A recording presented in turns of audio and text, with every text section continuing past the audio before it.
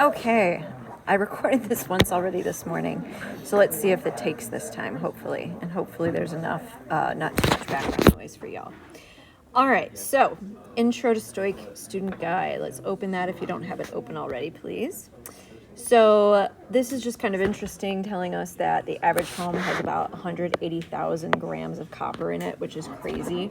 And basically it's been since the 1800s that we have it in the construction of buildings, power generation, etc., because it's a good conductor of heat and electricity. Apart from silver, meaning that silver is better. I'm just checking that we're still recording since it messed up. So we want to know how much the copper is worth.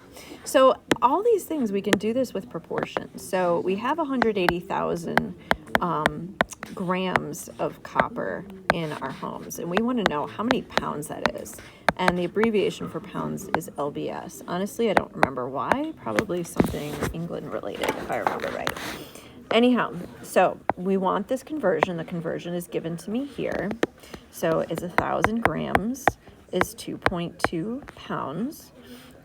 So I go ahead and I cross multiply and I divide, and you should have your calculator out, or my calculator, so that you can verify that you're getting the same numbers. So make sure that while you're working here that you're also doing the problems. So you should be split screening with Notability at the same time, having these notes up and writing on them, maybe pausing throughout, trying the problems on your own. Okay, so hopefully you get 39.6. What unit is it? The one that's attached to pounds. Now our next question is, I want to convert from pounds to dollars. So if all the pounds in my home are 39.6 pounds, I did do that right? 180, oh no, that was 18,000. Sorry, let me go back. 180,000 times 2.2 divided by 1,000. That's 396 pounds, excuse me. So hopefully somebody caught that besides me. I don't know. So 396, not 0.6, but 396 pounds. And I want to know how many dollars that is. So I go ahead and I copy my units. And then once I copy my units, I find my conversion. So $4.48 dollars per pound. So I cross multiply and I divide. You don't need to divide by 1, of course. So 396 times 4.48 divided by 1 is the same number, and the units are dollars. So about $1,700 in our homes. I should say 1,800, right? So how does this relate to any kind of science? Well, we can look at things like the Statue of Liberty. The Statue of Liberty, the skin of her is made of copper, and it was originally a dull copper color, but shortly after 1900 began to oxidize and create this shade of green, and we call that shade of green, we call that patina, which is just kind of a random fact. And we want to set up a proportion. How much is the Statue of Liberty worth if she is 81,000 kilograms of copper, and we want to know how much she's worth, so how many dollars? So we're going to use our same units over here, and of course the conversion is 1 kilogram is 1002. So pause this, cross multiply, divide, see that you're getting the same answer as me, and if you're not, maybe I'm messing up. You never know. Units, of course, are dollars. So almost $1 million worth of copper is the Statue of Liberty. Wow, surprised nobody's tried to steal her yet. I'm sure it'll happen. So how much is the copper from your lab worth? Well, that's what we did in the lab, is we figured out if we have about a penny per gram, how much our copper is worth. So the post lab, hopefully you did that okay. I'm not going to follow up on that right now though. But is there a way we could have predicted how much copper we would have gotten? So just by looking at, say, the aluminum foil or something. So based on the initial mass of aluminum, we're going to learn how to do the math to predict the theoretical yield. So what kind of math do we use? It's called stoichiometry. Now, stoichiometry, I had a student tell me once, it sounds like stick your arm in a tree. And this is before AI, and I just Googled stick your arm in a tree, and I found this. I don't know why, it just cracks me up every year. So that was long before AI even did something to create it. So a recipe is much like a problem, a chemistry problem, where we get a recipe of ingredients, but of course it's different types of units. It's not grams and moles, it's cups, it's pinches, it's teaspoons, etc. And even pounds, because for bulk for a restaurant, when they do this, I have a friend who was a pastry chef, and they work in bulk. They work in pounds, like they weigh stuff instead of doing it, or they work in grams. But what if we had 1.8 pounds of flour? Can we still make banana bread? Well, we can. We just have to use less of everything. So how do we do that? We set up proportions. Now, I'm not going to bother setting up those proportions right now because I want us to get onto stoichiometry today. So what does a balanced equation tell us? A balanced equation tells us a recipe, that the number in front of the balanced equation we know we can interpret as moles. So 2H2 is really like saying 2 moles of H2. 1 O2 is like saying 1 mole of O2 and 2 moles of water, etc. So we know how to do moles to moles, but we're going to practice it anyway. 7.5 moles of water, and we want to know how many moles of hydrogen do I need to react. So we copy our units on the other side. Hopefully you're good at that by now. And go ahead and pause it, try it, and then come back and check your answers. So hopefully you pause. 2 moles of water, 2 moles of hydrogen, cross multiply, divide. We get 7.5 moles of what? It's next to X, moles of hydrogen is our answer. I should really use a square since I'm doing other things. So now with photosynthesis, this is glucose right here. It says write a sentence. So if we had to write a sentence, we'd say 6 moles of carbon dioxide react with 6 moles of liquid water to produce 1 mole of glucose and 6 moles of oxygen gas. So if we say, if I have 10 moles of water, so 10 moles of water, how many moles of glucose? How many moles? And I'm lazy, so I'm going to put glucose instead of writing this. So I copy my units, moles of water, moles of glucose, and then those numbers come from my balanced equation. 6 moles of water and 1 mole of glucose. So 6 moles of water, 1 mole of glucose. Cross multiply and divide. So I get 1.67 units are the units that are next to my X, okay? Hopefully you are pausing and trying these. If not, rewind, go back, try it on your own. So our balanced equation, of course, tells us moles, right? So when I have a 3 in front, it's saying how many moles of hydrogen, 1 mole of nitrogen, 2 moles of aluminum, and that's, or ammonium. So we go ahead and we use that as our recipe. So if we want to make 3.75 moles of ammonia, we could ask a question like, how many moles of hydrogen does it need? So how many moles of hydrogen? Hydrogen is H2. So over here, I have moles of ammonia, moles of hydrogen. Go ahead and finish this off. Okay, we can come back and check it. So my hydrogen is 3, my ammonia is 2, I cross multiply, I divide, I'm checking that I'm still recording, I am good. 3.75 times 3 divided by 2, I get 5.63 moles of hydrogen. I know it's 5.625, but I'm just rounding to the tenths or the hundredths. We'll tell you where we want you to round on a quiz or test. So how many moles of nitrogen does it need? Once again, I have 3.75 moles of ammonia. And I want to know how many moles of nitrogen. Pause it from here and try it. Come back and check. Did you pause it? Hopefully you did. Balanced equation, 2NH3. There's a 1 in front of my nitrogen. Cross multiply, divide. Again, make sure that you're doing this on your own.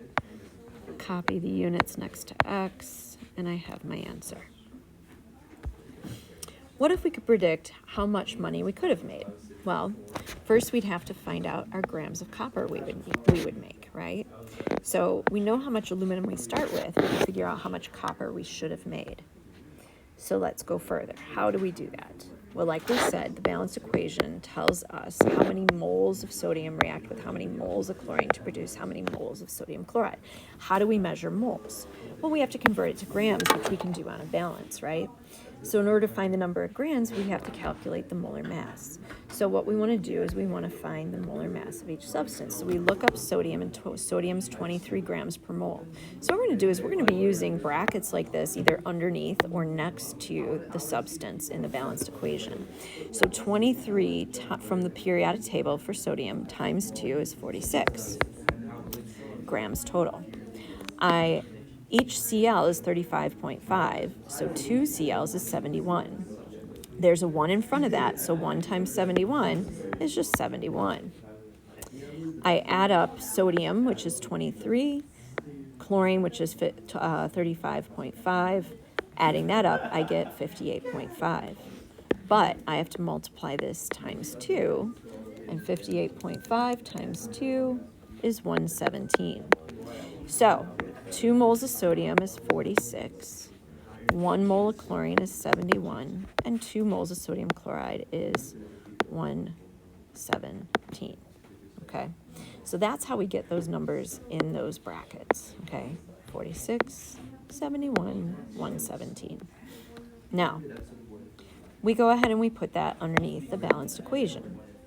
So what that's telling me is 46 grams of sodium reacts with 71 grams of chlorine to make 117 grams of sodium chloride. So we can ask a question like, if I have 100 grams of sodium, how many grams of sodium chloride can I produce? I copy my units. Again, pause or slow down if I'm going too fast. And now these numbers come from what I just did up here. 46 grams of sodium, 117 grams of sodium chloride. Cross multiply and divide. So, divided by 46, whoops. And I get 254.35 grams of what? Sodium chloride. I'm just rounding to the tenths or the hundredths, okay? If you weren't sure of that, rewind and review and make sure that you're writing it down and doing it on your calculator. I know I'm going kind of fast. So, what if I have a problem that's mixed? What if it's 50 grams of chlorine and I want to know how many moles of sodium chloride? So 50 grams of chlorine, how many moles of sodium chloride I can make? Copy units, just like we always do. Where do these numbers come from? Well, the grams of chlorine come from here, 71. But moles are from my balanced equation. So the numbers in front are moles. The numbers I put into brackets are my grams. Go ahead and finish off this problem.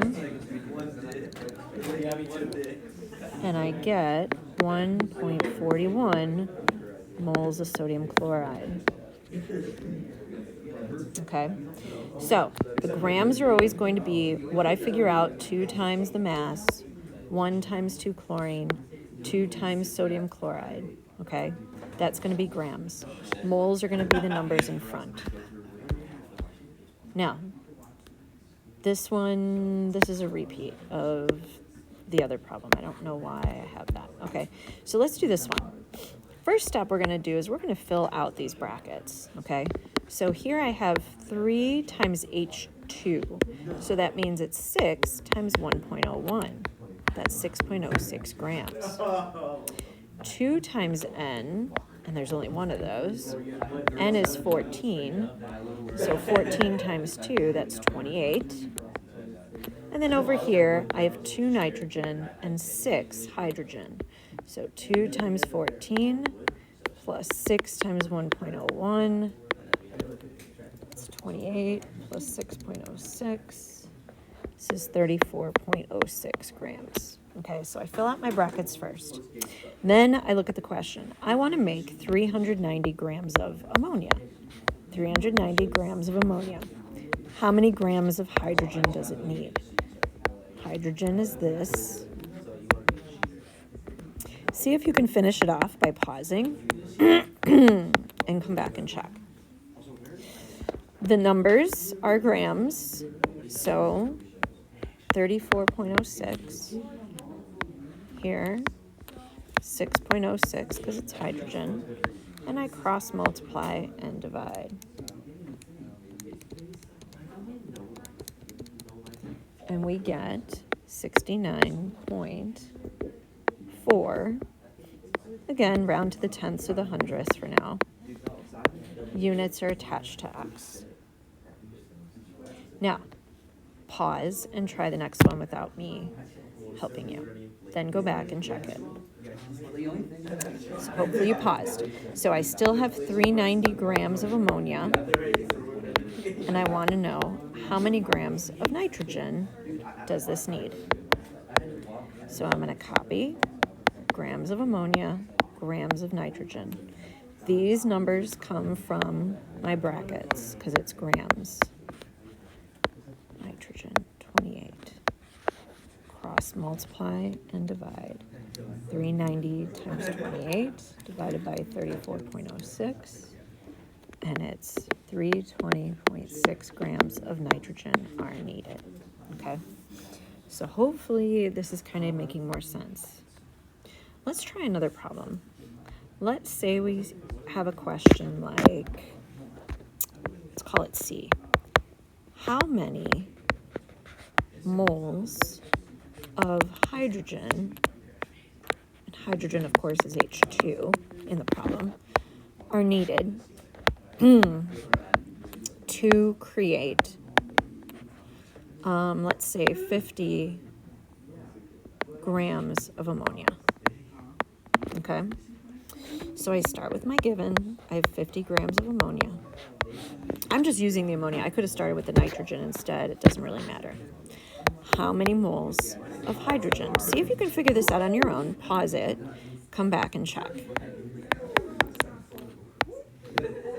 All right, so hopefully you paused it. We copy our units. These numbers, the grams are going to come from underneath the grams of ammonia, so 34.06, because it's asking about it's giving grams of ammonia, right? So I need grams of ammonia from the brackets. But this is moles of hydrogen, and moles of hydrogen are going to be the number in front right here, right? So this is moles. The numbers in front are moles, and then the numbers underneath, these are the gram ratios, okay? So I want moles for hydrogen, so I'm going to use that 3 from the balanced equation. So I'm going to cross multiply and divide. Go ahead and pause and find the answer.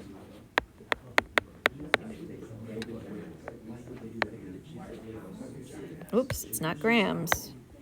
Here's what we're looking for, moles of hydrogen. So what's next to X is going to be our units, okay? So now that you've seen this, if you need to go back and review, go back and review. Otherwise, try the worksheet. Good luck.